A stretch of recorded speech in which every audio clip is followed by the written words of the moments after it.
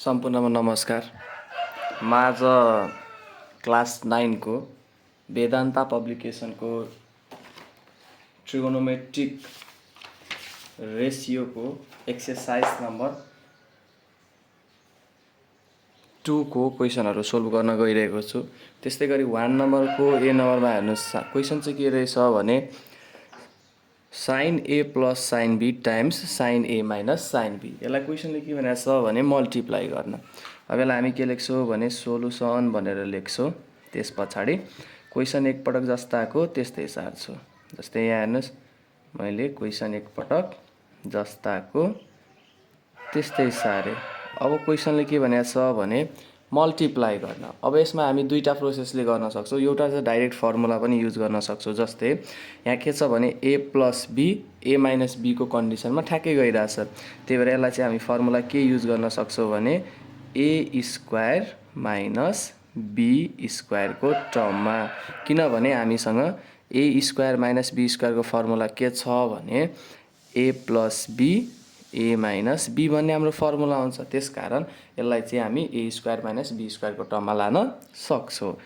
अब यहाँ हेर्नुस्, अब यसलाई a square minus b square को टर्ममा लाँदाखेरि अब यो ब्र्याकेटलाई ब्रेक गर्दाखेरि के हुन्छ भने sin स्क्वायर a माइनस यो भनेको sin स्क्वायर b र यही चाहिँ हाम्रो के भयो त एन्सर भयो। त्यस्तै गरी यसको b नम्बरमा हेर्नुस् के भनेको छ। सेम क्वेशन छ 1 minus cos theta times 1 plus cos theta भन्ने छ। अब फेरि हेर्नुस्, यसलाई पनि हामी के गर्छौं भने अगाडिको जस्तै सोलुसन भनेर लेख्छौं। त्यसपछि एक पटक क्वेशन सार्छौं। हेर्नुस्, मैले क्वेशन कपी गरे। त्यसपछि के भनेको छ भने सेम अगाडिकै प्रोसेस यो पनि a square minus b square को टर्ममै गयो। के छ भने फर्मुला हाम्रो a प्लस b र a माइनस b भन्ने फर्मुला छ।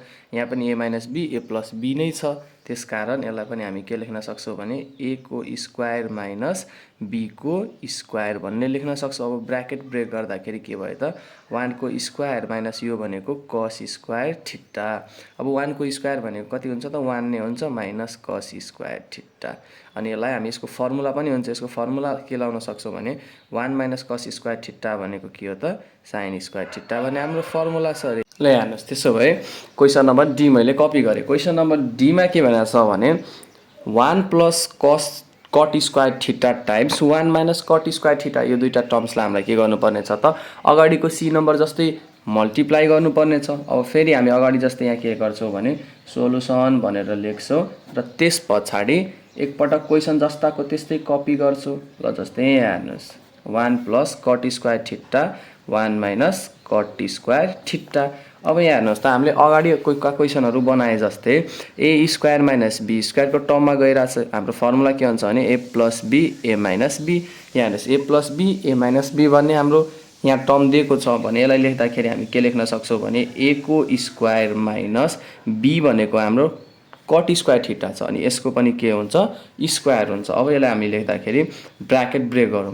ब्र्याकेट ब्रेक गर्दाखेरि यहाँ के हुन्छ भने 1 को स्क्वायर हुन्छ माइनस अब यो पावर चाहिँ के हुन्छ ब्र्याकेट ब्रेक गर्दाखेरि मल्टिप्लाई हुन्छ। अब यसलाई लेख्दाखेरि हामी के लेख्छौं 1 माइनस cot को पावर 4 थीटा। अनि अब हेर्नुस् है,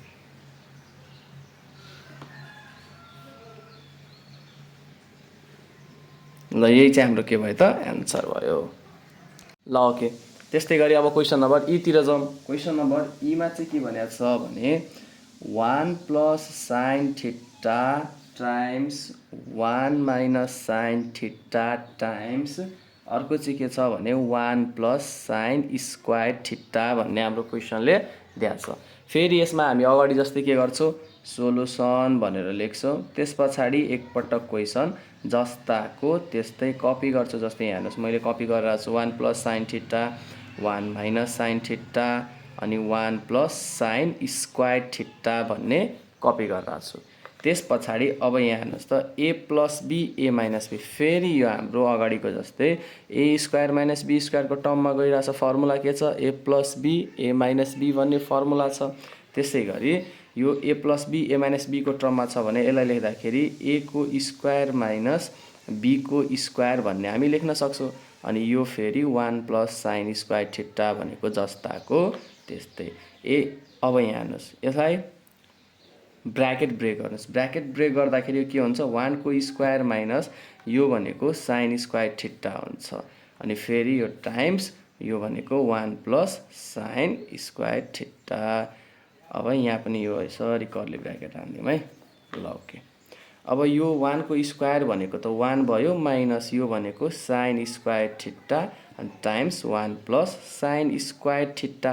फेरि हेर्नुहोस् त अब यो a minus b a plus b को टर्ममा गइरहेछ भनेपछि हाम्रो फर्मुला चाहिँ के छ भने a square minus b square बन्ने छ। त्यसो यसलाई लेख्दाखेरि a स्क्वायर माइनस b भनेको हाम्रो यहाँ साइन स्क्वायर थिटा छ यसको पनि स्क्वायर भयो।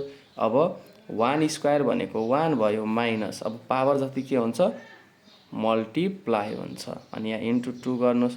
अब त्यस पछाडि 1 माइनस साइनको पावर 4 थिटा। यही चाहिँ हाम्रो के भयो त एन्सर भयो। त्यस्तै गरी अब क्वेसन नम्बर एफ हेर्नुहोस्। क्वेसन नम्बर एफमा चाहिँ हाम्रो क्वेसनले के भनेको छ भने 1 प्लस ट्यान थिटा दिएको छ टाइम्स 1 माइनस ट्यान थिटा दिएको छ र त्यस्तै गरी अर्को चाहिँ के छ भने 1 प्लस ट्यान स्क्वायर थिटा भनेर दिएको छ। अब यहाँ पनि हामी सोलुसन भनेर लेख्नेछौँ र सोलुसन लेखिसके पछाडि अब हामी एकपटक क्वेसन जस्ताको त्यस्तै सार्नेछौँ। 1 प्लस ट्यान थिटा भन्ने दिएको छ त्यस्तै गरी अर्को 1 माइनस ट्यान थिटा भन्ने दिएको छ र त्यस्तै गरी अर्को 1 प्लस ट्यान स्क्वायर थिटा भन्ने दिएको छ। अब यहाँ हेर्नुहोस् अगाडिकै प्रोसेसमा हाम्रो फर्मुला जुन हामीले माथि युज गरेको थियो a square minus b square के थियो फर्मुला a प्लस b र अर्को के थियो a माइनस b थियो। अब त्यसो भए यहाँ हेर्नुहोस् त यो त a प्लस b र a माइनस b को टर्म्समा गइरहेछ भनेपछि हामी यसलाई के लेख्न सक्छौँ a square minus b square. त्यसो भए यसलाई a square minus b square भनेर हामी लेख्न सक्छौँ अनि यसलाई चाहिँ हामी कर्ली ब्राकेटमा हालिदिन्छौँ अनि यो times 1 plus tan square theta जस्ताको त्यस्तै। अब फेरि हेर्नुहोस् अब यो 1 को स्क्वायर भनेको 1 माइनस यो ट्यान थिटाको स्क्वायर भनेको ट्यान स्क्वायर थिटा अनि यो भनेको times 1 plus tan square theta. फेरि हेर्नुहोस् त यो a माइनस b र a प्लस b को टर्म्समा गइरहेको छ भने यसलाई हामी के लेख्न सक्छौँ भने a square minus b square भनेर लेख्न सक्छौँ। त्यसैले अब यसलाई लेख्दाखेरि हामी के लेख्छौँ a को स्क्वायर माइनस b भनेको यहाँ ट्यान स्क्वायर थिटा छ अनि यसको नि स्क्वायर भनेपछि 1 को स्क्वायर भनेको 1 अनि माइनस यो ब्राकेट ब्रेक गरेपछि पावर चाहिँ के हुन्छ त मल्टिप्लाई हुन्छ अनि त्यसो भए 1 माइनस ट्यानको पावर 4 थिटा चाहिँ हाम्रो के भयो त एन्सर भयो। त्यस्तै गरी क्वेसन नम्बर जी हेर्नुहोस्। अब क्वेसन नम्बर जी को क्वेसन चाहिँ के छ हाम्रो भने यहाँ चाहिँ के छ भने सेक ए माइनस कस ए टाइम्स के छ कसेक ए प्लस सेक ए भनेर यो हाम्रो क्वेसनले दिएको छ। अब यहाँ पनि हामी के गर्छौँ सोलुसन भनेर लेख्छौँ त्यस पछाडि एकपटक क्वेसन जस्ताको त्यस्तै सार्छौँ। यहाँ हेर्नुहोस् ल कस ए अनि इन्टु यो भनेको कसेक ए प्लस सेक ए भनेर लेख्छौँ। अब यहाँ हेर्नुहोस् त यो त अगाडि जस्तै ठ्याक्कै हाम्रो टर्म्समा गएन ए स्क्वायर माइनस बी स्क्वायरको टर्म्समा त गएन। अब यसलाई हामी के गर्छौँ भने अब यसलाई मल्टिप्लाई गर्छौँ। मल्टिप्लाई गर्दाखेरि योसँग योसँग यो त्यस्तै गरी योसँग यो र योसँग यो मल्टिप्लाई हुन्छ जुन चाहिँ हामी 7 क्लास 8 क्लासतिर पढाएको थियौँ त्यस्तै हामी यहाँ पनि युज गर्छौँ। योसँग यो दुईटैलाई के गरिदिन्छौँ त हामी मल्टिप्लाई गरिदिन्छौँ प्लस सेक ए। अब फेरि माइनस यो भनेको कस ए भनेको जस्ताको त्यस्तै अनि यसलाई मल्टिप्लाई गरिदिन्छौँ कसेक ए प्लस यो भनेको के छ त सेक ए भन्ने छ। अब यहाँ हेर्नुहोस् योसँग यो मल्टिप्लाई गर्दाखेरि यहाँ के भयो त सेक ए इन्टु कसेक ए भयो plus minus plus into plus plus sec A into sec A भनेको सेक स्क्वायर ए। अब माइनस इन्टु प्लस भनेको माइनस यो इन्टु यो भनेको त कस ए अनि यो भनेको कसेक ए अनि माइनस इन्टु प्लस भनेको माइनस यो इन्टु यो भनेको कस ए अनि यो भनेको सेक ए। अब यसमा हेर्नुहोस् त अब यसलाई एसेन्डिङ अर्डरमा मिलाएर राख्दाखेरि अथवा स्क्वायरको केसमा मिलाएर राख्दाखेरि सबभन्दा ठुलो के छ पावर सेक स्क्वायर ए। त्यस पछाडि हामी के गरिदिन्छौँ भने कुनै लाइक टर्म्स छ त कुनै पनि लाइक टर्म्स छैन भने यसलाई हामी जस्ताको त्यस्तै छोडिदिन्छौँ।